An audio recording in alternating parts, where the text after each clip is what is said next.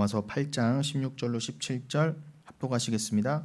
성령이 친히 우리의 영과 더불어 우리가 하나님의 자녀인 것을 증언하시나니 자녀이면 또한 상속자 곧 하나님의 상속자요 그리스도와 함께 한 상속자 우리가 그와 함께 영광을 받기 위하여 고난도 함께 받아야 할 것이니라. 아멘.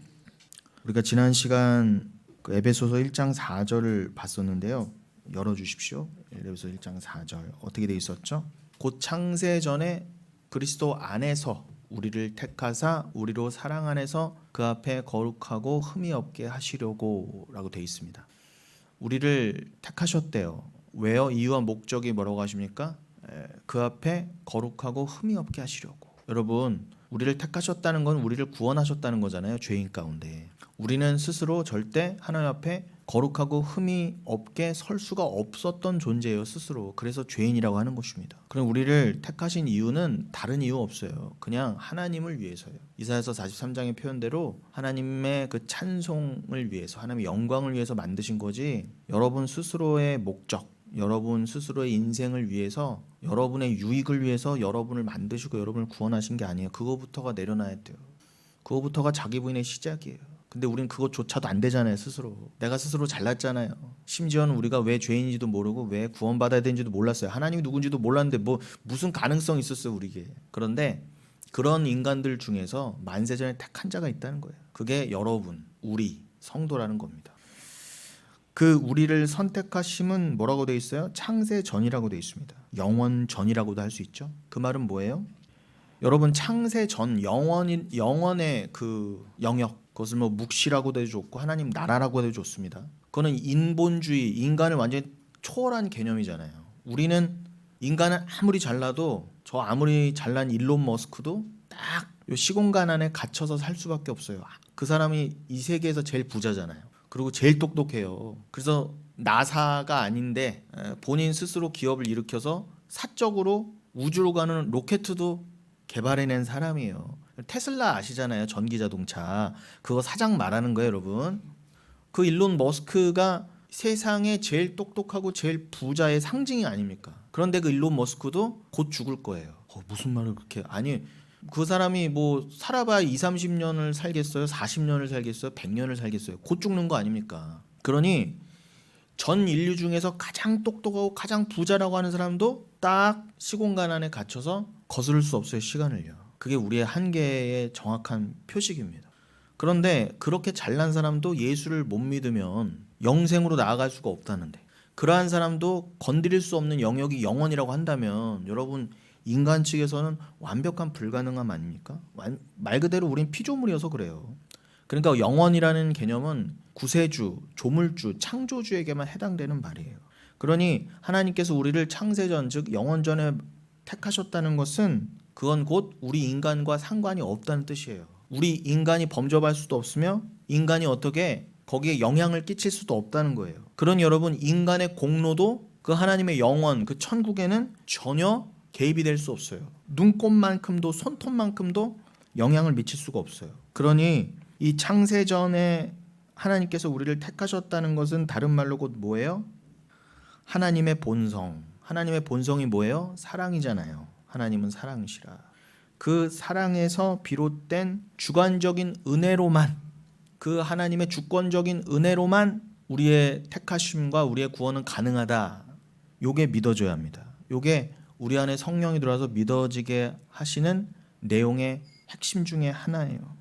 여러분, 그러니까요, 이 세상에서 난무하는 사랑이요, 우리는 돈도 사랑한다 그러고 사람도 사랑한다 그러잖아요. 그런 가짜 사랑들이 가리키는 바 진짜 사랑이 있어요. 그 진짜 사랑은 하나님만이 줄 수 있으니, 진짜 사랑의 특징, 능력은 뭐예요? 우리를 구원할 수 있는 사랑이에요. 그냥 구원 정도가 아니라 우리를 영원 가운데, 우리 같은 피조물을, 인간을 영원히 살게 할 수 있는 진짜 능력이 바로 사랑이에요. 그러니 이 지구상에서는, 우주 안에서도 만들어낼 수 없는 게 그런 사랑입니다. 진짜 사랑. 그러니까 그건 하나님 위에서부터 그냥 부어 주셔야 돼요. 하나님은 그 사랑의 하나님이라 그 사랑을 예수 그리스도 그 십자가로 증거해 내셨다. 그러니까 그리스도는 곧 하나님이에요. 그리스도의 사랑을 증거하시는 분이니까. 그러니까 그 사랑을 주실 수 있는 분은 하나님밖에 없다는 것입니다. 자, 다시 말씀드립니다. 그 진짜 사랑이 바로 하나님의 본성인데 그 하나님의 사랑에서 비롯된 주권적인 은혜, 그 은혜로만 우리는 창세전에 택함을 받았다예요. 그러니 제가 초두에도 말씀드린 것처럼 그 사역, 진짜 사역은, 유일한 사역은 뭐예요? 하나님이 우리를 택하신 즉 사랑하시려고 작정하셔서 그 아들 예수 그리스도와 언약을 하셔서 우리를 건지시기로 작정하셨고 그것을 십자가로 이루신 그 사역, 그것만이 참 사역이에요. 그런데 그 사역은 그냥 단순히 인간 자체를 위한 사역이 아니라는 것입니다. 처음 말씀드린 것처럼 하나님께서 우리를 구원하심, 그 구원은 우리 자체를 위한 게 아닌 것처럼, 구원은 누구를 위해 하셨다? 아니, 우리를 왜 거룩하고 흠이 없게 만드셨다고요? 하나님을 위해서 그렇게 하셨다 그러잖아요. 그러니까 우리를 구원하신 그 사역은 하나님 자신을, 당신 자신을 위한 사역이었지 니들끼리 뭐 잘난 존재가 되어라, 니들이 그렇게 구원받고 잘난 자가 되어서 하나님 없이도 잘 살아봐라, 니들이 그렇게 하나님과 방불한 자가 되어서 교만한 자가 되어서 하나님을 죽이는 자가 되어라 라고 해서 우리를 만드셨다는 게, 그렇게 구원하셨다는 게 아닌 것입니다.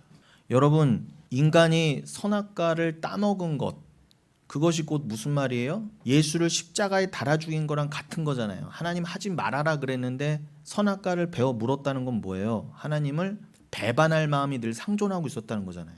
여러분, 인간은 아무리 자기가 피조물이라 그래도 인간의 본성이 너무 악해서 내가 능력이 안 돼서 가만히 참고 있었지, 능력만 되면 뭐예요? 나한테 명령하고 나를 창조한 하나님이라도 아니 내가 그냥 하나님 되고 말지, 이러는 게 인간의 본성이에요. 그래서 절대로 선악과를 보고 범하지 않을 수가 없는 거예요. 여러분, 그게 성경을 통해, 말씀을 통해 내 자아가 보이면 그 인정이 돼요. 그래서 내가 그 유대인 아니면 로마 병정들처럼 나도 그 자리에 있었으면 반드시 예수를 찔러 죽였구나라는 마음이 든다니까요. 왜 그래요? 아니, 내가 왜 저 사람의 명령을 계속 받아야 돼? 이게 사랑이 돼야 되는데 사랑이 안 되니까 반역하고 싶고, 아니 내가 저 존재만 없으면 내가 하나님이 되어서 마음껏 내가 하고 싶은 대로 할 텐데 꼭 너 이거 해라 하지 마라. 그리고 그 참혹한 인간이 이 세상의 복과 돈에 얽매여 있잖아요. 그러니까 그거를 얻고 싶어서라도 저 힘센 하나님을 어떻게 못 하겠는 거야. 짜증나고 막 내 뜻이 있는데 왜 자꾸 내가 원하는 건 안 주고 엉뚱한 말만 해. 뭐 자기 분이라고 그래. 천국 안 믿어져. 싫어. 나는 여기서 천국 이루고 살고 싶은데. 그러니 확 죽이는 거예요. 그 마음이 선악과를 따먹게 한 것이고요. 그 마음이 예수를 죽인 것입니다. 그러니 여러분, 인간은요 끝까지 자기 자신만을 위해 살 수 있는 너무나 온 우주에서 가장 이기적인 존재예요. 인간이에요. 지금 지구도 왜 망해가고 있어요? 인간 때문에 망하잖아요. 뭐 개가 그랬어요, 고양이가 그랬어요. 인간이 그랬잖아요. 인간만 아니었으면 지구도 망할 일이 없었어. 그러니까 인간이 가장 온 우주에서 이기적이, 오죽하면 천상천하 유아 독존이란 말이 나왔을까요? 제가 이 말씀을 왜 드렸어요?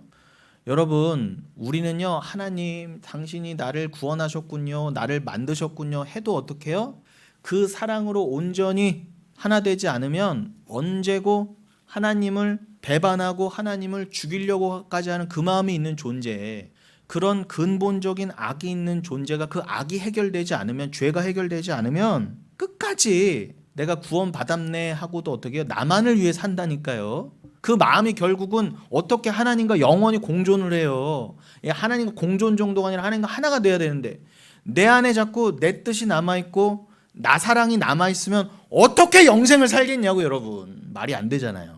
맞죠? 제가 논리적으로 제 말이 맞잖아요. 그게 해결돼야 돼요. 그게요.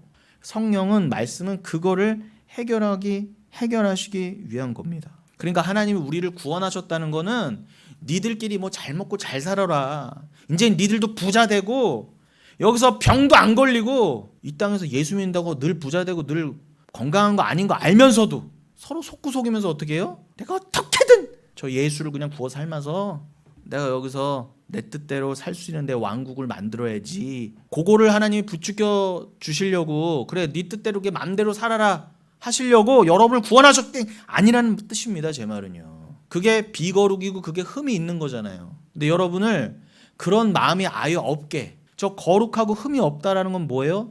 재물에 관련된 용어잖아요. 표현이잖아요. 재물을 하나님 앞에 드리려면은 거룩하고 흠이 없어야 되는데 우리는요, 뭐 하나님께 재물로 드릴 만한 것도 안 돼요. 너무나 거룩하지 못하고 흠이 많아요. 그 뜻이 뭐라고요? 나 사랑으로 덕지덕지. 전혀 거룩이 되어 있지 않아요. 그런 자들을 왜 택하셨다? 완벽하게 바꾸어내셔서 하나님께 드릴 만한 재물을 만드시려고. 즉 영원히 하나님 나라에 거할 만한 자로 만드시려고. 즉 하나님 앞에 거룩하고 흠이 없게 하시려고. 즉 하나님 보시기에 좋았더라 라고 만드시려고 여러분을 창조하시고 죄인에서부터 이 땅에서부터 시작하셨다는 것이지, 여러분 스스로의 목적과 여러분 스스로의 유익과 여러분의 스스로의 잘남을 위해서 여러분을 구원하셨다는 게 아니란 말씀입니다. 이해가 되시죠? 그러면서 뭐라고 그래요? 그리스도 안에서 우리를 택하셨다 그래요. 그리스도 안에서. 이것이 가리키는 바가 무엇입니까? 하나님께서 우리를 성도로 택하셨다는 것은 철저히 그리스도 안에서 이루어졌다는 거예요. 엉뚱한 데서 그 뜻이 이루어진 게 아니라 반드시 누구 안에서? 그리스도 안에서. 이게 빠지면 말 그대로 안고 없는 찐빵이에요. 즉 하나님의 은혜로우신 선택은, 그 선택이 그리스도에게 속했다는 뜻이에요. 여러분이 택함을 받으셨다는 것은 여러분이 그리스도께 속했다, 그 뜻이기도 하다는 말입니다. 즉 하나님께서는 반드시 그리스도만을 통해 당신의 계획을, 구원의 계획을 성취하셨다, 이 뜻이에요. 이미 성취하셨다. 그리고 지금도 성취해 가신다, 그 뜻입니다. 그러니 여러분, 그리스도는 하나님이 맞아요. 그걸 그리스도의 선제성이라고 돼요. 그리스도는 삼위일체셔서 하나님과 함께 영원 전부터 계신 분이 맞아요. 그것을 극명하게 드러내는 말씀이 뭐예요? 골로새서 1장 15절로 17절 열어주세요. 제가 안 넘겼군요. 써놓고도 정신이 없어서요.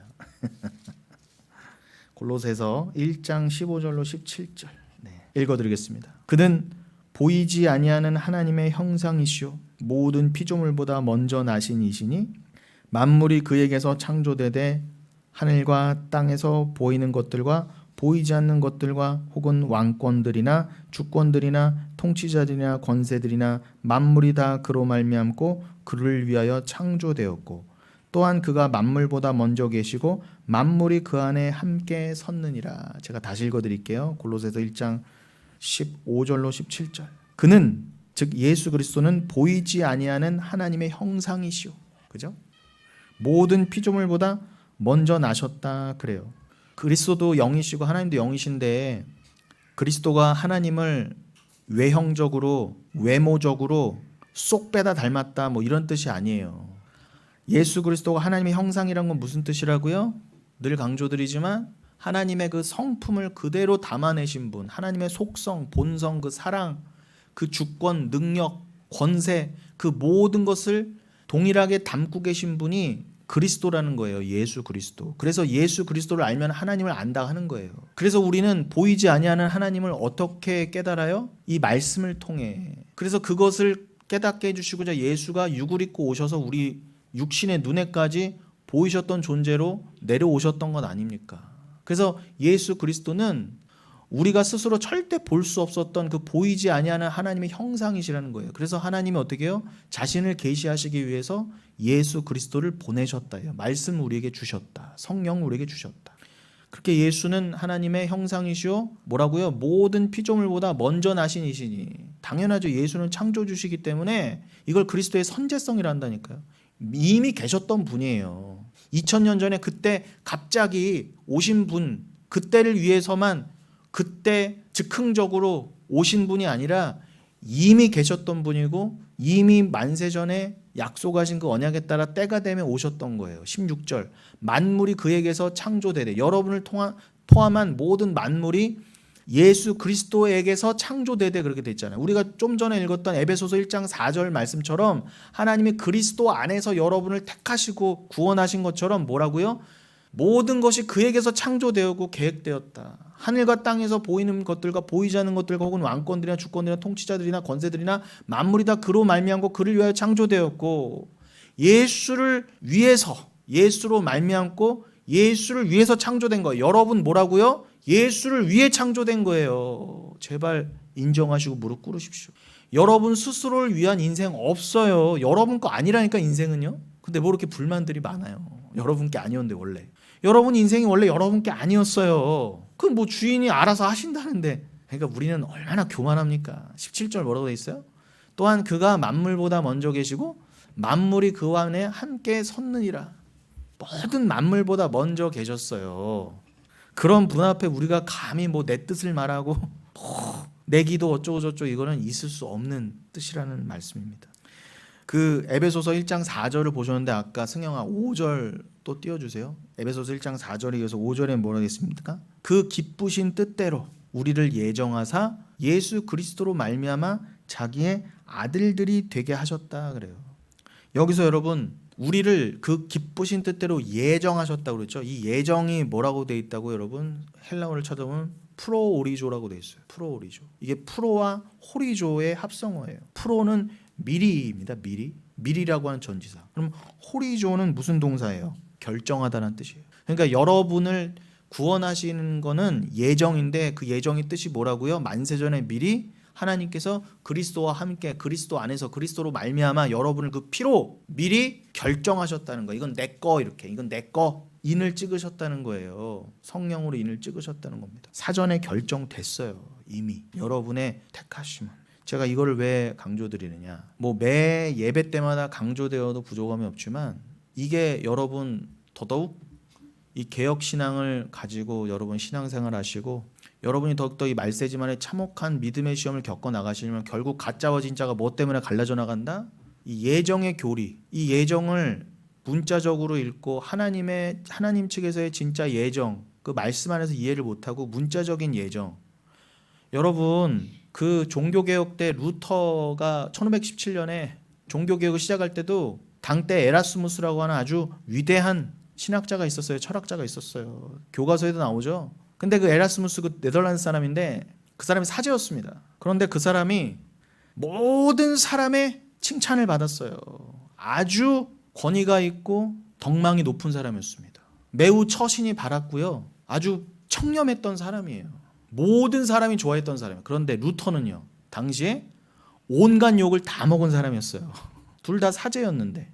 그런데 에라스무스는 당시에 그 썩어가는 교황청, 그 교황을 보면서 교황이 그 돈과 명예욕에 취해서 면죄부를 팔면서 이 땅에서 복을 그득그득 쌓아가고 있는 거예요. 그 세상에 취해가고 있는 모습을 보면서 에라스무스가 저건 교황이 아니다. 저건 아니다. 그렇게 해놨는데 나중에 루터가 종교개혁을 일으키고 났더니 또 루터를 말리는 거예요. 루터하고도 논쟁을 했다니까요. 그렇게 기독교가 떨어져 나가면 안 돼. 그래도 루터야 이 가톨릭에서 나가지 말고 함께 있자라고 권했던 사람이 에라스무스예요. 그러니까 에라스무스는 착각한 거예요. 기독교의 본질. 그 루터는 오직 믿음이다. 이건 교리의 문제다. 생활에 앞서 교리의 문제다. 근데 에라스무스는 그저 어떻게 해요? 그 교황의 잘못된 삶의 모습. 아니 우리가 백보양보해서 뭐 교황이든 누구든 실수할 수 있고 세상적인 모습이 보일 수 있어요. 그러나 그 진정한 주의 종들이 또 제가 매 말씀을 통해서 제가 잘못된 목사들을 지적하는 것은 그들이 뭐 돈을 많이 벌고 아니 목사가 부자일 수도 있죠. 아니 목사가 좀 잘 살 수도 있고 목사가 뭐 강남에 살면 안 돼요? 제가 왜 목사가 강남에 삽니까? 제가 그런 게 아니에요. 강남에 살든 어디에 살든 무슨 상관입니까? 어차피 세상 거라면서요. 제가 탓하는 것은 그가 전하는 말씀인 거예요. 이 오직 믿음, 오직 이 하나님의 예정을 전하지 않고 제가 수요 때도 말씀드렸지만 성령이 요한복음 16장 9절에서도 말씀하신 바 8절에서 말씀하신 바 죄에 대해 의에 대해 심판에 대해 요 세 개가 반드시 설교 안에 들어가야 되거든요. 우리가 왜 죄인 되었으며 무엇이 죄며 그래서 우리에게는 반드시 예수 그리스도의 피의 은혜가 보혈이 그 은혜가 필요합니다. 오직 은혜가 필요합니다. 여러분이 그 오직 은혜로 구원받았음 자임을 깨닫기 위해서 여러분 안에 백신으로서 심판이 들어가 있습니다. 그럼으로써 여러분이 이 땅에서 고난을 받는 것입니다. 그러나 그 믿음으로 신앙으로 인한 고난을 이 땅에서 받음으로 영원한 심판이 면제됩니다. 그러나 이 땅에서 주와 함께 자기 분에 들어가지 않는 자, 좁은 문으로 들어가지 않는 자 반드시 영원한 지옥에서 영원한 심판 가운데 거하게 될 것입니다라는 여러분 눈에 보이는 이 나라에 창념하지 말고 하나님 나라를 보세요 라는 설교가 들어가지 않으면 그건 다 가짜다. 제가 그 말을 하고 있는 것이지 루터부터 시작해서 모든 그 전후로 모든 참 주의 종들이 전한 것을 제가 가지고 하는 것이 제가 언제 단순히 저 인간이 월급을 얼마 받고 저 인간이 강남에 살고 이런 걸로 따지는. 근데 에라스무스는 그 위대한 사람이, 그 똑똑하고 그 잘난 사람이 루터의 말을 이해 못한 거예요. 그러니까 그냥 단순히 루터야 쪼개져 나가지면 안 돼. 교회는 하나가 돼야 돼. 아니, 당연히 교회가 하나 되는 건 맞죠. 그러나 원수와는 어떻게 하나가 됩니까? 가톨릭은 이미 틀렸는데, 여러분 가톨릭 겉으로만 십자가지, 가톨릭 불교랑 다른 거랑 뭐가, 다른 종교랑 뭐가 달라요? 불교 중이 그러더라고요. 여러분 저 합천 해인사에 8만 대장경이 있지 않습니까? 불교는 다 법입니다. 8만 대장경처럼 그렇게 수많은 법이 있습니다. 그러나 그 법을 하나로 하면 부처님의 법은 하나입니다. 인과율 그러더라고요. 맞아요. 여러분 그들은 인과율이 맞아요. 인과율이 뭐예요? 내가 뭐뭐 하면, 내가 행위를 이만큼 열심히 하면 나에게 이만큼 복이 있고 눈에 보이는 것으로 보상이 주어져야 돼요. 그래서 오직 은혜와 오직 믿음과 오직 하나님 나라, 눈에 보이지 않는 하나님, 그 하나님의 예정이 믿어지지 않는 자들이 자꾸 인과율을 말하는 거예요. 교회 안에서도요. 그들이 불교보다 가톨릭보다 못한 자들인 것입니다. 이렇게 하면 네가 여기서 반드시 보상을 받을 거야. 네가 한 만큼 차등 상급이 있어. 아무리 교회 안에서도 구원도 차등이 있어. 이렇게 말하는 자들이 잘못됐다고 제가 지적하는 거예요. 여러분 이게 해결되지 않으면 여러분의 구원이 없어요. 이게 살 떨리는 얘기로 받아들여지고 이게 확실하게 구분이 되지 않으면 여러분에게 소망이 없다니까요. 저기를 구하지 않게 되니까. 안 구하게 돼요. 저기요. 절대로 안 구해요. 그게 해결되지 않으면. 근데 에라스무스가, 그 천재가 그거를 극복 못한 거예요. 그래서 그 사람이 결국 어떻게 해요? 행위주의를 말했어요. 결국 율법주의로 가더라는 것입니다. 인과율로 가더라는 거. 그 사람이요. 하나님이 미리 아시고 예정을 하셨을지언정 인간의 의지가 필요해. 구원에 인간의 의지가 그래도 필요해. 합작품이야. 그렇게 말하면 통일교랑 뭐가 달라요? 95%의 하나님의 뜻과 인간의 뜻 5%가 섞여야 함께 가야 그게 구원이다. 그런 통일교랑 뭐가 다르냐 말이에요. 그게요. 아니 인간의 뜻이 5% 섞이든 1% 섞이든 0.1% 다 이미 섞인 거잖아요. 있을 수 없는 거예요. 저는 그걸 말하는 거예요. 인본주의는 전혀 들어갈 수 없어요. 그래서 제가 오늘 설교도 에베소서 1장 4절을 들어 뭐라고요? 절대로 그 거룩하고 흠이 없게 만드시는 그 하나님의 작정 가운데 그 하나님의 구원은 절대로 인간의 의지와 인간의 뜻이 들어갈 수 없다. 그래서 이미 영원 전부터 아예 하나님 인을 쳐놓으셨다 그러잖아요. 영원 전부터인데, 아니 우리가 엄마 뱃속에서 태어나기 전은 고사하고, 아니 우리가 하나님 영원 전은 고사하고, 우리가 어머니 뱃속에 나오기 이전, 아니 그건 고사하고, 우리가 어렸을 때 응애하고 우리가 좀 뭐 제대로 인간 노릇을 하기 그때부터 우리 의지라는 게 제대로 있는 거지. 그런 연약한 인간이 무슨 그런 연약한 인간의 의지가 들어가서 뭐 그 높으신 하나님의 뜻과 뭐 이렇게 좀 조화를 이루어서 나의 구원을 이루어낸단 말입니까? 하나님은 영원보다 크신 하나님인데 우리가 어떻게 그 하나님과 감히 우리 의지가 도대체 바로 설 수 있냐 말이에요. 그 앞에서요. 그 잘난 일론 머스크보다 더 큰 사람이라도, 에라스무스보다 더 큰 자라고 해도 하나님 앞에서는 한없이 낮아질 수밖에 없고, 이미 영원 가운데의 일이라고 한다면 그걸 인간 주제에 어떻게 논할 수가 있어요 도대체. 그러니 거기서 갈린 거예요. 루터랑 에라스무스도요. 그 잘난 에라스무스 덕분에 알미니우스 같은 인간들이 나오고 감리교가 나오고 가톨릭이 계속 그렇게 간 겁니다. 여러분 무서운 거예요. 그러니 여러분 오늘도 제가 그래서 이렇게 칼날같이, 이건 뭐 교리적이라도 할 수 없어요. 매 설교가 교리가 들어가지. 그럼요. 그럼 교리가 안 들은 설교가 설교 맞아요? 어떤 말씀을 갖다 써도 어떤 예화를 갖다 써도 거기에 내용이 들어가야죠. 그러니 다시 자 1장 5절, 에베소서 1장 5절, 그 기쁘신 뜻에 우리를 예정하사, 그것이 프로 오리조라고 그랬습니다. 이 말씀을 왜 했다고요? 아까 1장 에베소서 1장 11절을 한번 이어서 보면은 모든 일을 그의 뜻에 결정대로 일하시는 이의 계획을 따라 우리가 예정을 입어 그 안에서 기업이 되었다. 이렇게 되어 있습니다. 우리가, 그러니까 모든 일이 뭐예요? 그의 뜻에 결정대로 일하시는 분, 그 하나님의 계획을 따라 우리가 예정을 입어 구원을 받았다는 거예요. 심지어는 그 안에서 기업이 되었다고 합니다.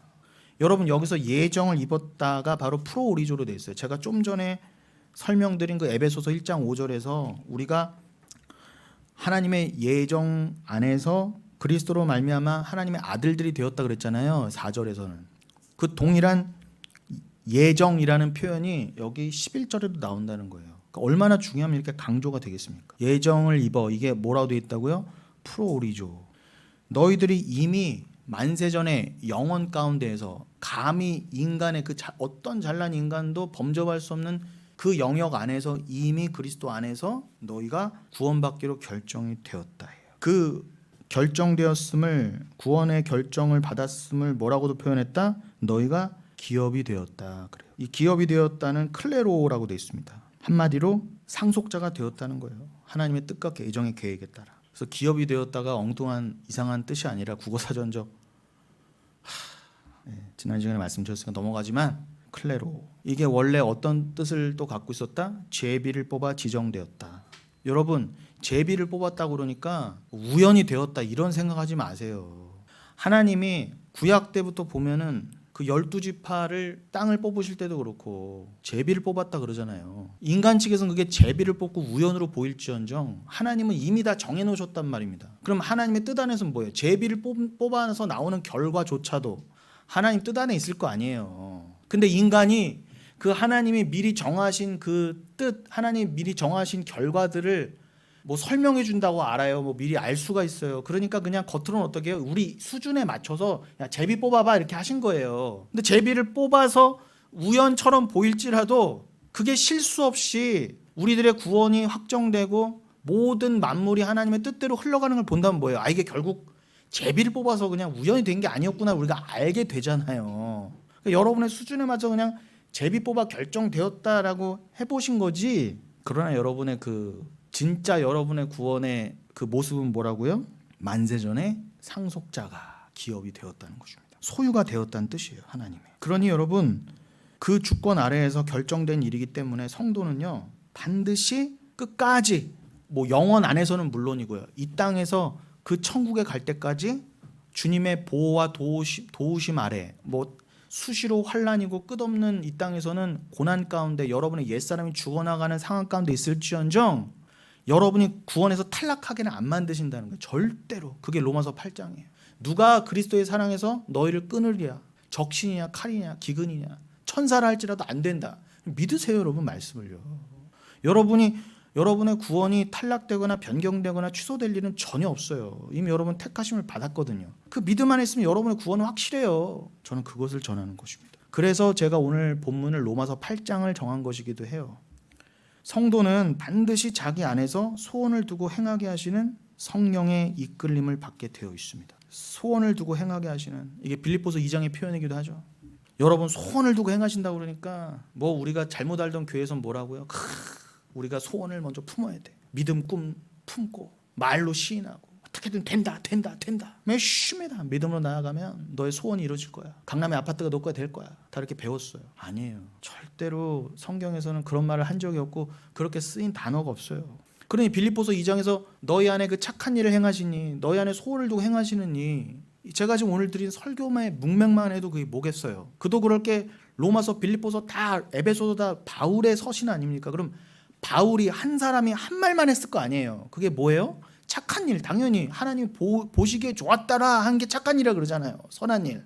그게 여러분을 만세전에 구원하신 그 모습대로 하나님과 하나가 되어서 여러분의 죄가 완전히 삭제되고 거룩하고 흠이 없는 제물이 되어서 그냥 하나님과 영원히 살면서 절대로 이제는 거기는 뭐 선악과가 있을 수도 없지만 절대로 하나님을 선악과 100만 그루가 있다 해도 따먹지 않을 자들로 만드심. 그래서 다시는 죄로 타락할 일이 없는 존재, 다시는 구원이 필요가 없어지는 존재, 그 존재가 바로 하나님이 정하신 진짜 좋은 모습, 착한 일의 완성 아닙니까?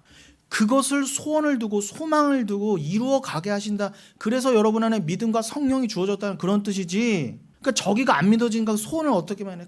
내가 열심히다 하는 대로, 내가 여기서 원하는 대로 기도하는 대로. 여러분 우리 기도가 솔직히 다 뭐예요? 기도라고 하는 미명하에 드려진 게 뭐예요? 다 내 육을 위한 거잖아요. 여러분이 한 번이라도 기도하시면서 기도원 가서 밤새 금식하며 기도하면서 이 땅에 관한 것에만 그렇게 기도해봤지, 그걸 기도랍시고 해봤지, 여러분이 언제 보이지 않는 하나님과 내 안에 저기를 향한 소망과 소원이 불일 듯이 일지 않아?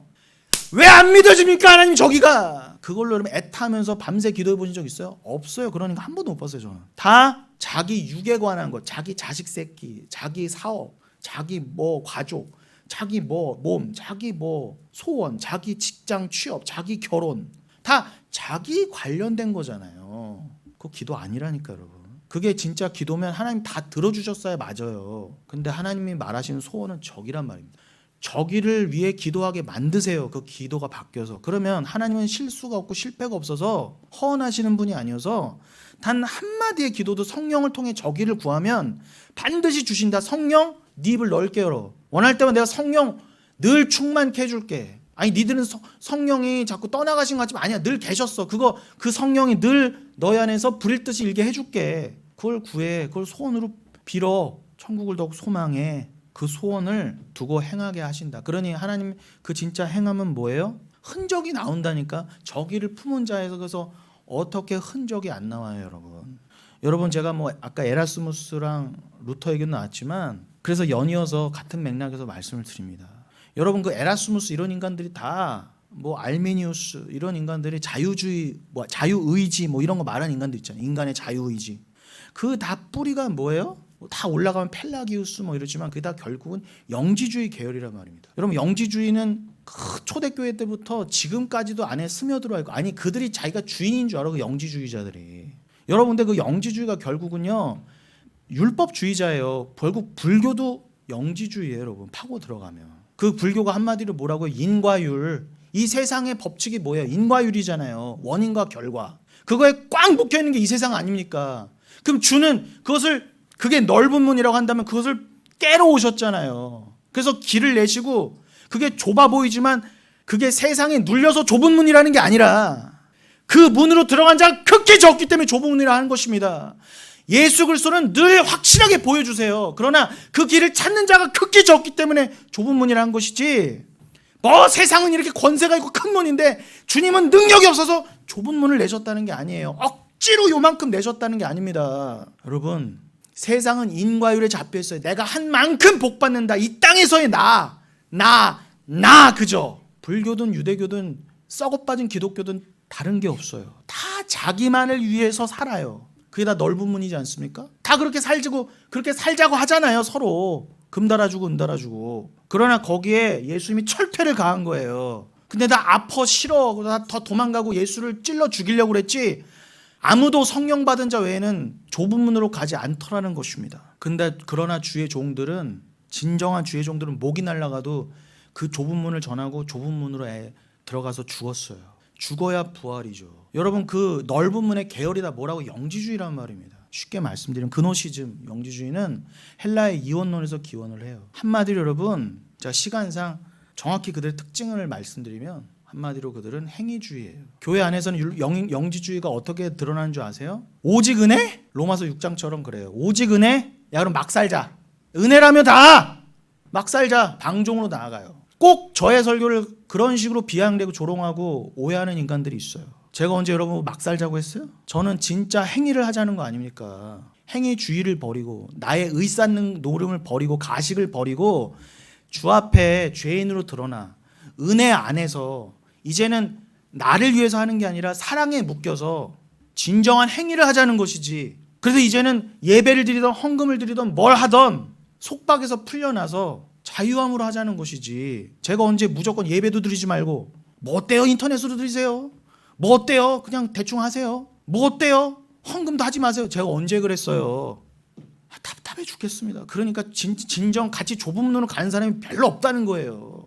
근데 영지주의는 뭐예요? 다 버리자는 거 그냥 방종으로 나아가는 거예요. 그냥 말 그대로 막 사는 거예요. 고린도교회 교인들처럼 마음껏 음란하게 살고 누가 보든 말든 그냥 여기서 나오는 음식 그냥 아무거나 먹고 먹어도 되지만 제가 말한 건 뭐예요? 사랑에 묶여 절제하는 거잖아요. 먹어도 되지만 다른 연약한 자를 위해 믿음이 연약하고 다른 또 믿어야 될 자를 위해 까짓것 안 먹어 안 해 그런 것이지. 그렇다고 제가 무조건 금욕주의예요. 무조건 강남 살면 안 돼요. 무조건 뭐 맛있는 거 먹으면 안 돼요. 무조건 가난해야 돼요. 무조건 병들. 내가 언제 그랬어요? 다 오해해. 정말 답답합니다. 여러분 우리 교회는 영지주의가 되면 안 돼요. 우리는 저기를 사는 사람들이에요. 그러니 행위주의를 버리고 뭐 율법주의를 버리고 왜 교회가 무율법주의로 나가요? 제가 언제 율법주의를 폐하자고 그랬어요? 예수도 그러셨잖아요. 마태복음 5장에서 내가 선지자와 율법을 폐하러 왔느냐? 완성하러 왔다 그러셨잖아요. 근데 왜 다 폐해요? 왜 우리가 무율법주의입니까? 율법을 완성한 예수를 믿는 믿음 안에서 우리의 자랑과 잘남을 내려놓고 바빠도 시간을 구별하여 예배를 왜요? 예수를 사랑하니까. 당연한 거예요. 말씀한다고 교회 안 나와요? 미친 겁니다. 그건 내가 11조를 뭐 이제 해방됐다 11조로 내가 이제 깨달았다 해서 11조 안 드려요? 무율법주의예요. 왜들 그래요? 제가 뭐 11조나 헌금 얘기 안 한다고 제가 하지 말아야 된다고 그런 겁니까? 그거 뭐 누가 뭐 그게 있어야 뭐 교회가 운영하는 그런 얘기가 아니잖아요.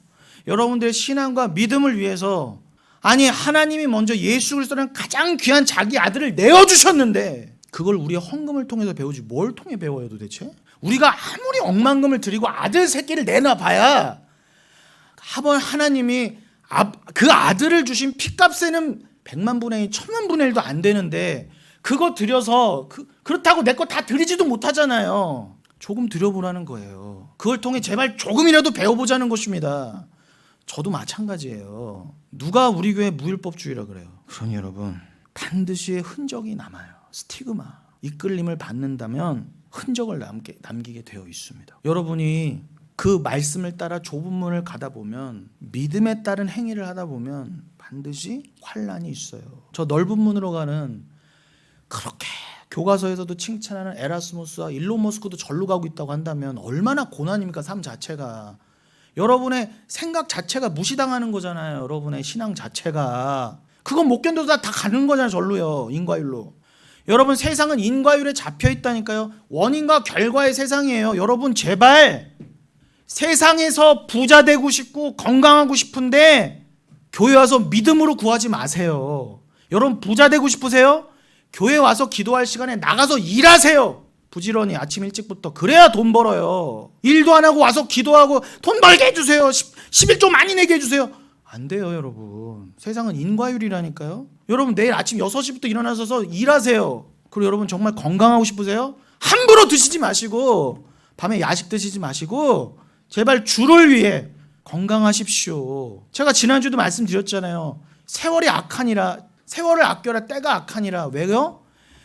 때가 악함을 보고 이 때에 이 세상의 사람들과 같이 넓은 문으로 가면서 세상 사람들은 여러분 진짜 독한 사람들은 야식도 안 먹어요. 근데 교회 다니는 사람도 야식 먹으면서 그냥 그래도 주님이 지켜주시겠지 그러고 밤새 놀고 밤새 게임하고 그래요? 왜 그래요?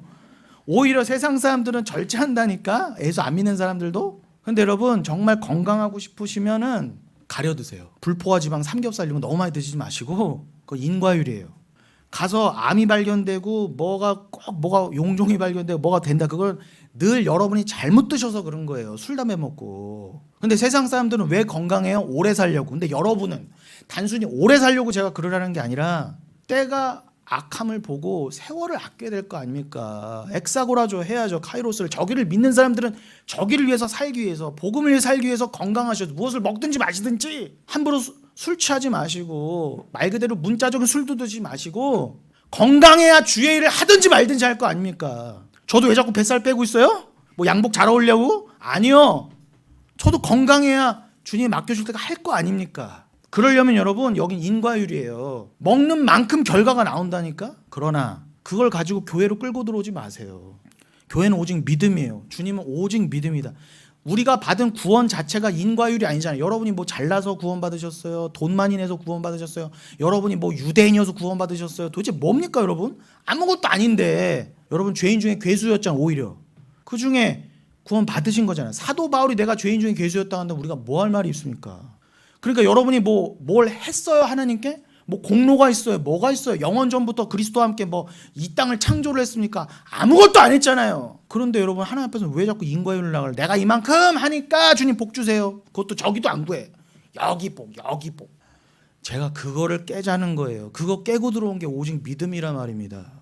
그걸 깨달은 자는 여기서 함부로 안 살아요. 저길 위해 삽니다. 저길 위해서 하니까 여기서도 자기 몸을 건강하게 하고 열심히 일하지만 어떻게 해요? 불법을 저지르지 않고 열심히 세금 떼고 11조 떼면서 어떻게 해요?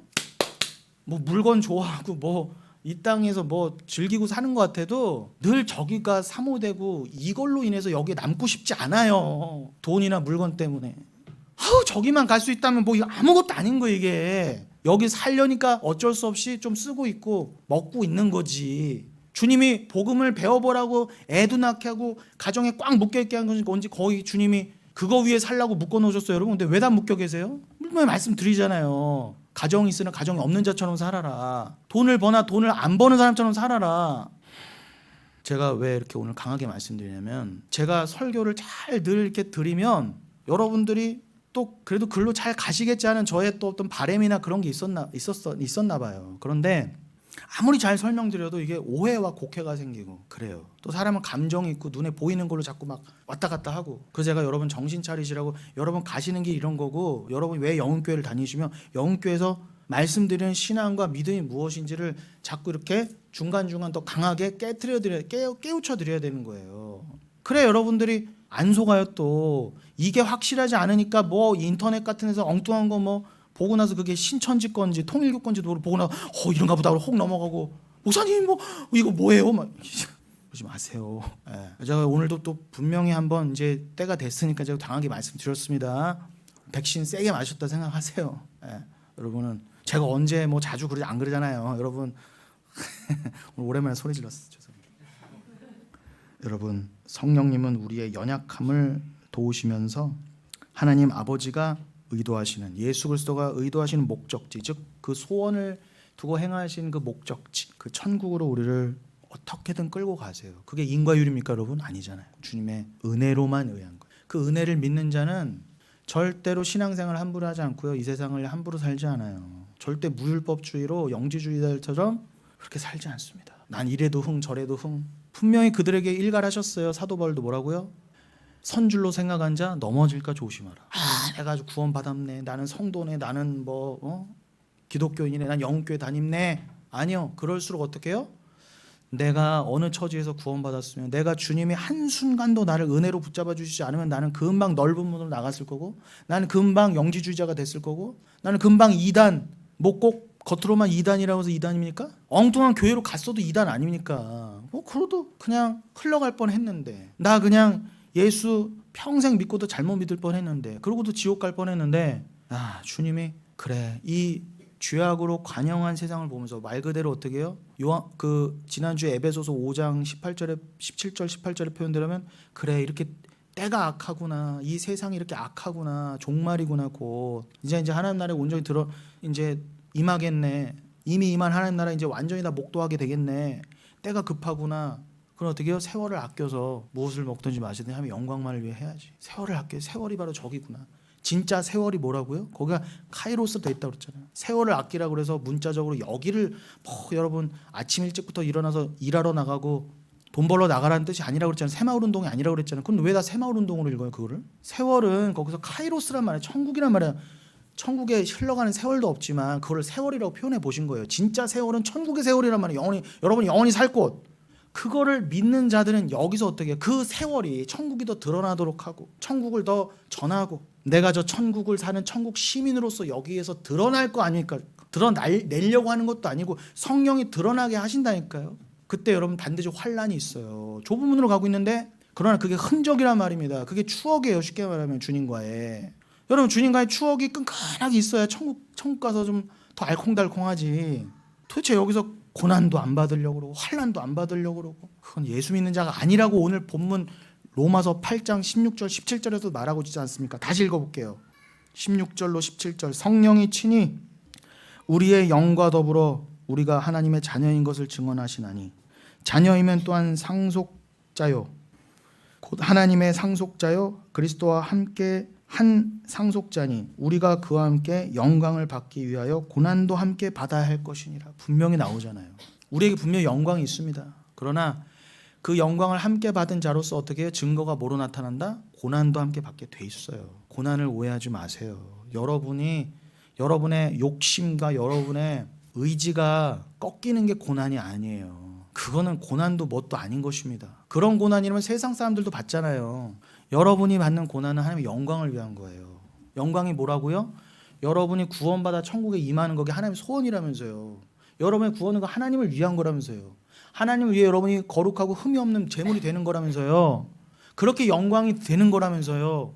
그렇게 하나님 보시기에 좋았더라라고 천국과 여러분이 임하는 거라면서요. 그거를 위한 고난이 진짜 고난인 거예요. 그러면 여기에서 그러한 자들이 돼서 들어가려면 여러분이 여기서 자기 부인으로 여러분 죽어나가야 될 거 아닙니까? 옛사람이. 그거 말하는 거예요. 그 옛사람이 죽어나가는 삶을 살다 보면 당연히 행위가 나올 거 아닙니까?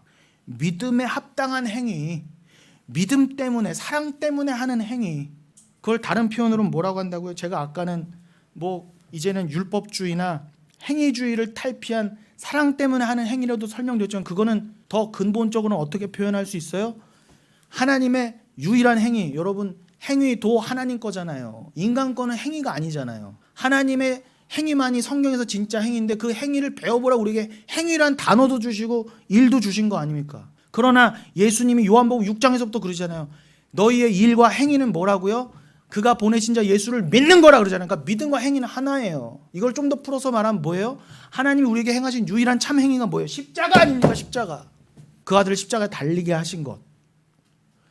그게 우리에게 주신 참 행위예요. 그거를 믿은 자, 이거를 이 주가 날 위해 아들을 십자가에 달리게 하셔서, 그러면은 원래 하나님 입장에서는 의인은 십자가에 달리신 예수밖에 없는데, 우리가 어떻게 구원받았다? 그의 안에서 그와 하나가 되어 주가 예수를 부활시켜서 건졌더니 우리도 함께 구원받음이잖아요. 그럼 원래는 예수만 달리셨는데 우리도 함께 달린 걸로 쳐주시려고, 그렇게 만드시려고 뭘 허락하셨다? 성령을.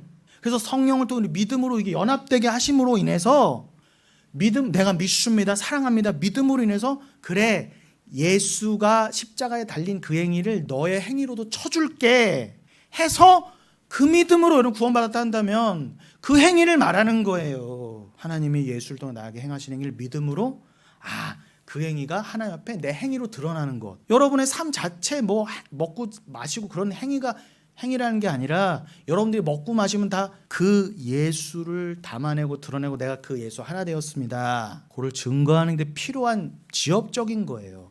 행위를 그렇게 이해하셔야죠. 요거를 이해 못하니까 영지주의가 나오는 거예요. 세상 이단이 나오는 것이고요. 좀 말씀을 마무리해가 보겠습니다.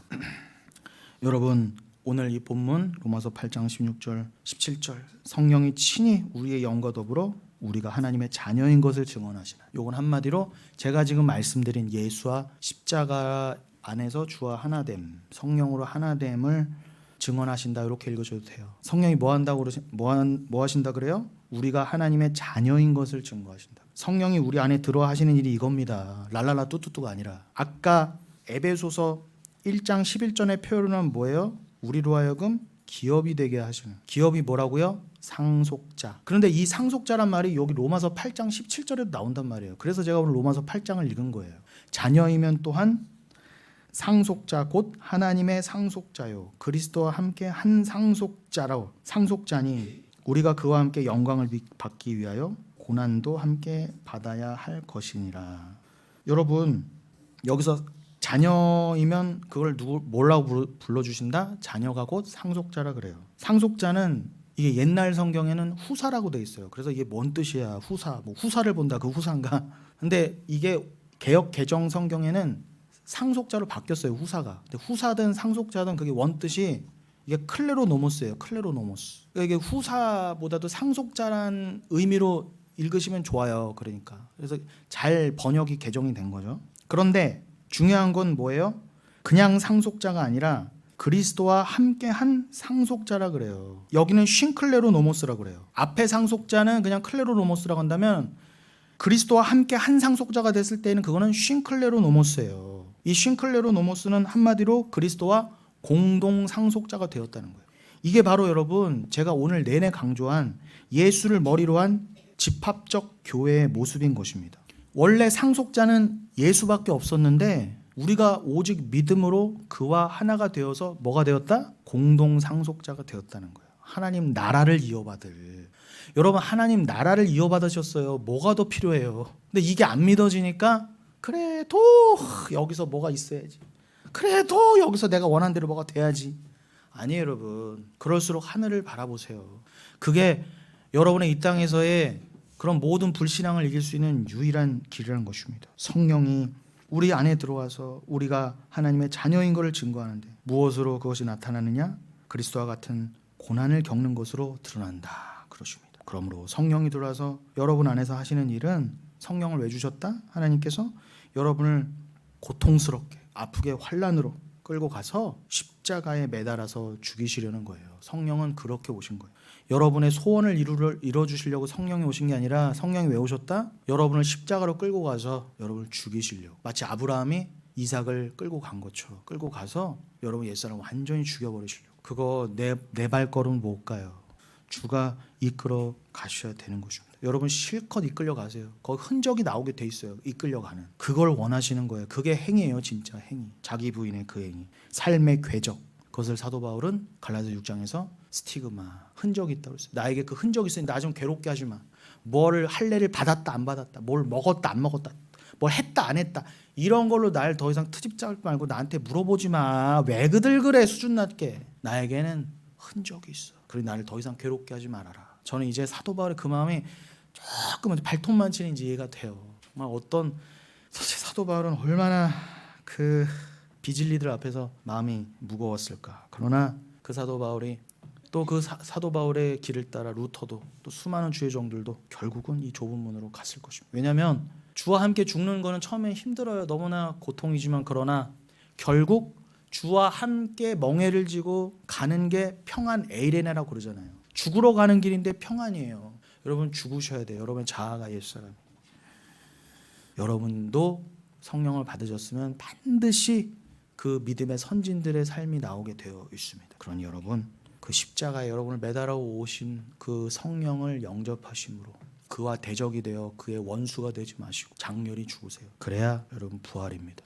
그래야 부활체로 절로 들어가요. 여기서 안 죽으면 안 돼요. 저기를 그러니 깨달은 자는요 여기에 연연하지 않아요. 오히려 나 빨리 저 삶이 깨달은 자는 원해지고 가고 싶고 여기서 할 수만 있다면 빨리 뜨고 싶지 연연하지 않아요. 그런 자에게 세상 얘기 세상 가치관, 인본주의 얘기하면 씨알이나 먹히겠습니까? 그럼 서로 세상 얘기하면 서로 씨알이 안 먹히는 관계가 돼야 돼요. 우리는요. 그냥 하나님 말씀으로만 서로 위로를 얻고 기쁜 사람들이 돼야 돼요. 그렇게 좀 수준이 올라갔으면 좋겠어요. 우리 교회가 함께 함께 가십시다. 그렇게 이번 한 주도 그 주님이 여러분에게 열심히 행하시는 그 행위가 드러나는 믿음의 삶을 살아내시기를 예수님의 이름으로 축원드리겠습니다.